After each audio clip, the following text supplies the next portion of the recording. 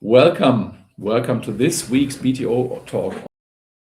Transformation, AI-enabled transformation, generative AI, hybrid leadership, and so much more. My name is Michael Alf, calling from Lisbon, where we actually have nice summer days now. We had yesterday the big milestone event with an enthusiastic 60 or 70 AI enthusiasts here in Lisbon. And now we are back to you to share what our work with organizations around the world bring and how they work with our frameworks and more. And I'm joined today by one of the co-founders, Rob. Over to you. Yes, thanks, Michael. Good to see you again. Rob Thurner here in a very hot UK. We've had a little bit of a heat wave here, working with banks and oil and gas companies, a lot of that to come over the next few weeks, government entities, and very much looking forward to our short chat today. Marcus unavailable. So we'd like to kick off with the tech news, and then we're going to move into a question about process reinvention and how AI can tackle what's often rather complex, and we'll give you some guidance on that. So, Michael, let's have a look at the tech news, and I think our friend beginning with G makes a big appearance today.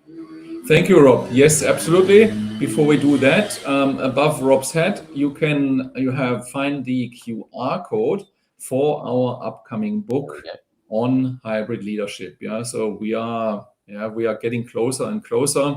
There's still a little bit work to be done, but we are launching soon. And if you want to be one of the first ones, then just kind of scan that code and sign in, and we will inform you when it's out. Tech news. We talk about models. At the moment, the majority of talks about models is actually OpenAI and Claude. And Claude, I think, with Anthropic is really the front runner, if you like, in the discussions. Profitable, fast growing, a really good model, working really well. But I think it's underestimating what the other providers are actually providing. I recently saw a benchmark, which was a negotiation benchmark. So models basically negotiated over 20 rounds. And interestingly, OpenAI 5.5 came out first before Opus 3.7 and then actually DeepSeek 4 Pro. So that's quite interesting. And now one of the other foundational models, Gemini by Google, is coming out, and they announced a new model. And interestingly, the 3.5, it's in their case, they starting this time with Flash. So one of the things you probably know is that each of the providers have different classes of models. So you can compare it with cars, BMW 357, for example. So Anthropic has the 3, Haiku, Sonnet at 5, and Opus at 7, and so on for the others as well. For Google, the Flash one is basically the BMW 3. It's cheap and it's fast. And it's interesting that they bring this one out before their main model, which is the first time they do this.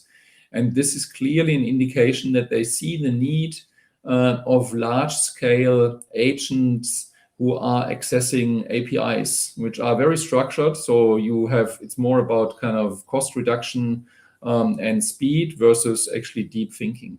So this is probably the main reason behind kind of that step, that they start on this side and not on the bigger model. So that's one of the tech news at the moment, which we picked up. But also I wanted to take that as an opportunity to explore a little bit the backgrounds of the models and the model thinking and how they work against and with each other. Interesting. So thanks for that. Just a question on the approach going with Flash first. Do you think this is a sense among Google that actually with token optimization cost, we're often jumping into a 7 Series BMW just to go to the shops around the corner, and actually we don't need that. We could jump in the 3 or something lighter and optimize our usage and presumably help them with how much they need to be providing.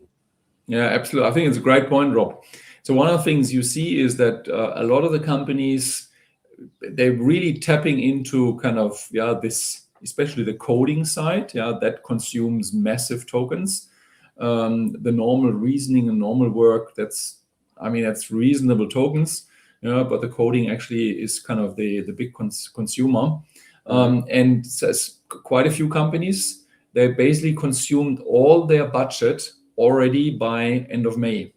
Right. So it's like they had a yearly budget of whatever, a couple of billion of tokens, and it's pretty much consumed now because everyone is trying things out. So there's a real challenge there. How do you actually manage that? I mean, one of the questions is, who do you want actually to burn tokens or use tokens? I mean, burning is a kind of a very negative connotation. But who do you want to use the tokens of your developers? Is that the best developer, so that they're getting even better? Or is it the worst developer, so that the worst developer gets on a medium level as well, or even better? I mean, even that question is hard to answer. Then you don't understand actually how tokens are consumed. So what is the consumption model behind that? What is kind of a revision, and things like that? All these questions are totally unknown in the answers, and still management has to make decisions. So I think that's a big discussion, and we will see on all levels a discussion around how to save basically tokens, and also which models to use. So for example, my personal setup is I have a DeepSeek 4 Pro for certain things, which does an excellent job, but at a, let's say, 20% cost of, let's say, a Sonnet or an Opus. And if I need then the Opus, then I switch basically the agent to this other model. And that works very well. But these are all models which are evolving and we need to gather experience around that. It was a little bit of a longer answer. That we're right down a rabbit hole here, but it's very interesting. And the question about, which tool do I need for what task? I'm sure there's a lot of wastage right now, and as an industry, we'll need to figure out how to optimize better. Okay, so I'd like to shift focus away from the models themselves to how we're using the models. And so much of what we're learning individually is on our own time, our personal productivity. What are we able to start doing and seeing those efficiency gains personally before we head into do this with our teams in the workplace? And what we'd like to do here is to consider two use cases and assess how easily the processes, which may be rather complex, are being automated and what's getting in the way of full optimization. So the two examples we're going to use are, first of all, we're going to look at HR. And within the HR chain, from hiring your staff for the first instance, which of course is a very risky thing. If you're getting someone in and they're on the payroll, your costs are ramping up straight away, and there's a lot of regulatory issues there, all the way through to onboarding or selection, onboarding, and then career progression. So that's the first one. And within that workflow, we've got the job description. So specifically job descriptions. How do we create a job description? Who's involved in that process? And how can that be automated? So, Michael, let me put it to you with your CHRO hat on here. You've got access to a team, an HR team. You've got access to tools which can help you with the job description. But of course, there's some coordination there as well. So the question in this one then is, how well do you think organizations right now are automating that job description process, and what should they be doing to further improve efficiency and reduce time and cost? Yeah, I think it's definitely an interesting area. Again, I mean, each of the functions is prone to be impacted, of course, by generative AI. This one in particular, I mean, one of the things, I don't know how much is done. I mean, I see, of course, kind of HR departments are using it. I think not very advanced. I mean, usually what you see is now writing or rewriting of job descriptions, and or job announcements, and the new kind of on LinkedIn or whatever. So I think more and more, of course, is done by AI. I think the point here is another one, to take a step back and look at the overall setup and situation where you have, let's say, 1,000 people, and you want to get some consistency into the job descriptions. You also want to explore where you have overlaps, where you have gaps. Yeah, and I think this is where AI can play a really interesting role in terms of you feed all of that kind of the whole structure, which typically HR should carry, but yeah, because I mean you can do 100 or 200, but then it gets really difficult. You know, if you have 1,000 or 10,000 people, you can't oversee actually the whole construct. AI can do here a really good job analyzing the whole structure, pointing out, for example, gaps which are there, overlaps, duplicates, all these things, and duplicates much, not necessarily in terms of the wording, that's one, but also in the meaning of the wording and how it relates to the function. So this is an interesting space where I think kind of HR can take it to a very different level, so that basically they generate a new perspective and a new intelligence on the organization. And then you add roles, and automatically this construct is updating itself with this new intelligence and saying, okay, this role is very similar to this one. So maybe there's a cohort or a network which might make sense, where people then benefit from each other. So that's a couple of ideas. What do you think? Yeah, I think that's interesting. And with that, and clearly we've got a big cost center here, the HR team, but significant opportunities there to rationalize and avoid duplication. And overlaying that, we can see, can imagine performance evaluations and those fitting in on top. So again, helping performance evaluations, helping to make sure you get the right people in the right roles. Maybe they're doing very well in some areas, some KPIs, which would lend them very well to new roles being created, and expect a lot of shift there in the lines between different responsibilities as AI takes hold. So that's an interesting one. Let's look in a different direction. We're talking about cost now. Let's look at revenue generation. So if we look at leads and leads coming in, clearly there's a big difference between your most loyal customers who have great growth potential. You've got a relationship already. And then you've got your speculative, potentially tire kickers, time wasters coming in.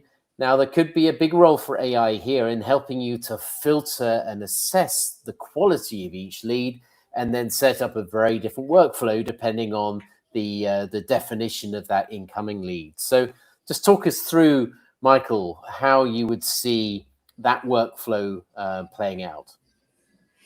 Yeah, look, I think that's another exciting area. And the question is, how do you shift time towards the more promising, as you said, more promising clients, if you have established clients, then of course, or to the bigger deals.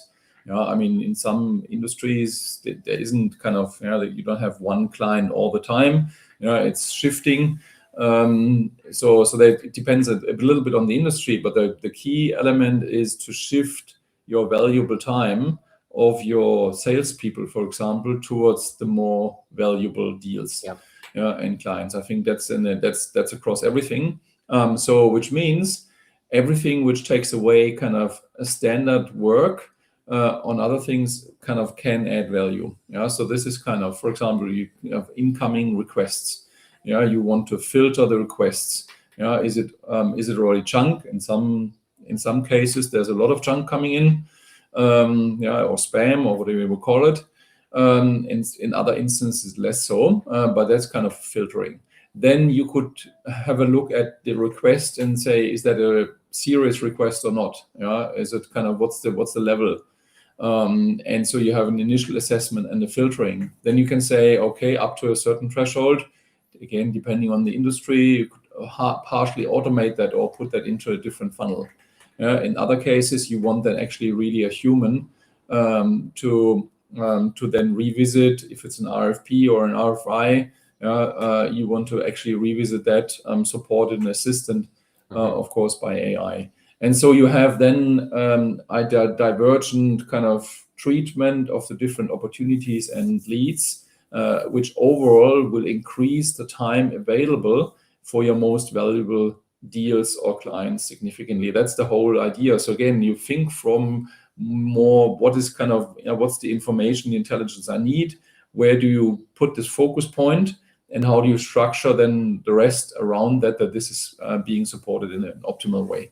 Yeah, interesting. So resource allocation and making sure you've got your best team on those high value projects, or you're more experienced, and the ones with less probability to convert, obviously give them to others maybe at the beginning of their career with less experience. Okay, super interesting. Well, thanks for your reflections on both of those use cases. Of course, there are a ton of others, but we've just touched on the two in that case. These do tie back to the Orbit framework that we've been referencing earlier. And again, the book launched just there. So if you want an early copy, or you want to get more information on that, please do jump on that QR code. We've got a data capture form there. Tell us what you're looking for, and we'd be happy to come back to you. So with that, any last words, Michael, before we close this very hot topic today on a very hot day? Anything else? Well, thank you for the great role of the moderator and bringing those topics up. I think that's really great. And again, to the audience, if you have questions or want to discuss your specific scenarios, reach out to us. Not only via the book launch, but also directly on the website, on LinkedIn here as well. Leave a comment here as well, and we can get back to you. And then we'll see what the weather holds wherever you are, and see you next week, I guess. Yes, look forward to it. Thanks for your time. Good to see you again, Michael, and let's catch up next time.